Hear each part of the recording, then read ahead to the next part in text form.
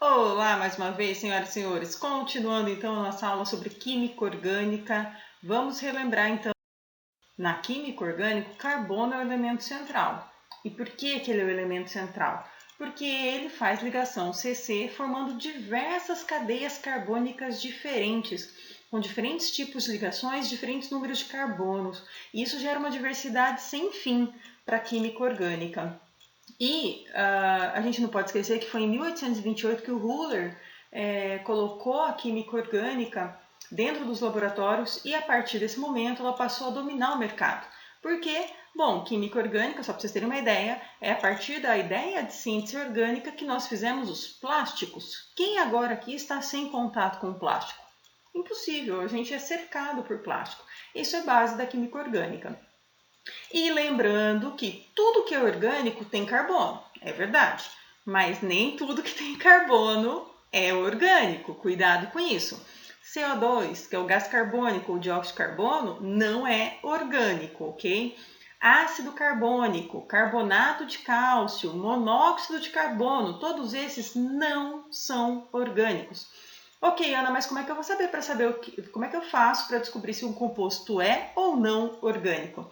Gente, vem de experiência mesmo. Eu já adianto para vocês que os casos que mais aparecem em vestibular são esses 4 que estão aqui nessa aula, ok? Mas a gente vai mapeando compostos orgânicos conforme a gente vai aprendendo essa matéria. Bom, galera, outra coisa extremamente importante dentro da química orgânica é a notação das fórmulas orgânicas, ok? Então, olha só, quando a gente fala de fórmula orgânica, a gente tem, aqui eu coloquei um exemplo, ó, C3H8. C3H8 é uma fórmula molecular. O que é a fórmula molecular? É aquela que mostra a quantidade de átomos que existem na molécula. Então, eu tenho 3 átomos de carbono e 8 átomos de hidrogênio nessa molécula. A questão é que quando eu peço para vocês construírem uma fórmula que mostra a estrutura dessa molécula, a gente fala da fórmula estrutural. Quem pensou primeiro nessa fórmula estrutural foi um cara chamado Kekulé. Eu sugiro que vocês comecem essa fórmula colocando os carbonos em sequência. Então, ó, carbono, um tracinho, carbono, outro tracinho, carbono. A gente sabe que carbono faz 4 ligações. E hidrogênio só faz uma ligação. Então, o carbono fazendo aqui 4 ligações e cada hidrogênio fazendo uma ligação só. Percebam que aqui a gente sabe que os carbonos ficam nas pontas porque ele só faz uma ligação. Então, ele nunca pode estar no meio de uma cadeia carbônica. Para estar no meio de uma cadeia carbônica, é necessário fazer pelo menos 2 ligações. Uma para a esquerda, outra para a direita. O hidrogênio só faz uma. Então, hidrogênio aqui, ó, fazendo uma ligação simples com carbono, esse carbono tem 1, 2, 3, 4, está estável. 1, 2, 3, 4, o segundo está estável. E o terceiro também. Essa é a fórmula estrutural, é a fórmula que mostra a estrutura da molécula. Como a gente sabe que o carbono faz 4 ligações e o hidrogênio só pode fazer uma ligação, a gente pode desenhar isso numa fórmula estrutural condensada ou simplificada. Por que é interessante a gente fazer a fórmula condensada ou simplificada? Cara, porque a gente tem moléculas com mais de 20, 30 carbonos. Escrever desse jeito aqui, ó, gasta muito espaço, muito tempo. Então, a gente pode juntar todos esses hidrogênios de uma forma só, porque exatamente eu sei que os hidrogênios sempre vão estar nas pontas. Então, ó, H3C para esse primeiro carbono, CH2, perceba, eu estou colocando o H dentro da molécula, mas eu não estou falando que esse H está ligado a esse carbono, porque eu sei que ele vai estar pendurado nas pontas, tá? Nesse caso aqui no meio, né? Então, CH2, tracinho, CH3. O que acontece é que essa fórmula também dá trabalho para escrever. Então, a gente normalmente usa a fórmula de linha ou a fórmula de bastão. Como é que é a fórmula de linha ou a fórmula de bastão? Ela é, na verdade, uma representação mais simplificada do que seria a ligação carbono-hidrogênio e carbono, né? Por exemplo, carbono aqui, ó, tem um tracinho só entre o carbono 1 e o carbono 2. Cada ponta de reta e cada encontro de retas representa um carbono. Então, este aqui é o primeiro carbono. Como ele só tem uma ligação aqui, e eu sei que carbono faz 4 ligações, então essa é uma representação do CH3. Na fórmula de linha, a gente omite a escrita do carbono e do hidrogênio. Então, olha só, isso aqui é um CH2, eu tenho uma ligação para a direita, outra para a esquerda. Ó, ligação para a esquerda, para a direita. Se ele está fazendo duas ligações, faltam mais duas para ele ficar estável. Então, isso aqui é uma representação do CH2. E aqui o terceiro carbono, ó, só tem uma ligação carbono-carbono. Tá aqui, ó, uma ligação carbono-carbono e ele está na ponta. E se ele está fazendo só uma ligação, faltam mais três para ele ficar estável. Então, isso é uma representação de um CH3. Sim, esse rabisquinho aqui é a representação da fórmula de linha do CH3, CH2, CH3. Linha ou bastão. Agora, se eu for aqui para C3H6, opa, diminuir 2 hidrogênios. Se eu diminuir 2 hidrogênios, eu tenho que tirar 2 hidrogênios dessa fórmula de cima. Uma solução é colocar uma dupla entre os carbonos. Lembrando que carbono faz dupla ou triplas ligações, né? Se a gente tirar esses 2 hidrogênios, ó, tirei um daqui do primeiro carbono e outro do segundo carbono, agora a gente tem 1, 2, 3, 4, 5, 6 hidrogênios. Perfeito. Então, ó, a fórmula condensada é um CH2, porque esse primeiro carbono está ligado a 2 hidrogênios. CH, porque o carbono do meio só tem um hidrogênio, ó, 1, 2, 3, 4. E o carbono da ponta, CH3. Olha só como é que fica a fórmula de linha desse composto. Este é o primeiro carbono, segundo e terceiro. Tá aqui, ó. Primeiro carbono está na ponta, segundo e o terceiro. Galera, olha que bonitinho isso. Esse carbono que está aqui na ponta, ele está fazendo uma dupla com o carbono 2. Então, entre o carbono 1 e o carbono 2, eu coloco 2 tracinhos. Entendendo, então, que essa é uma representação de um carbono que está fazendo dupla.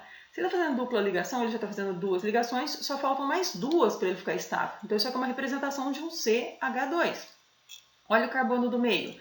À esquerda ele está fazendo duas ligações, à direita uma só. Olha, então aqui ó, ele tem uma, duas, três ligações. Carbono sempre faz 4 ligações. Então essa é uma representação de um CH, porque só falta mais uma ligação para ele ficar estável. E entre o 2 e o 3 não tem um tracinho só, uma ligação só? Então tá aqui, ó, esse carbono 3, se está fazendo só uma ligação, faltam mais 3 para ele ficar estável.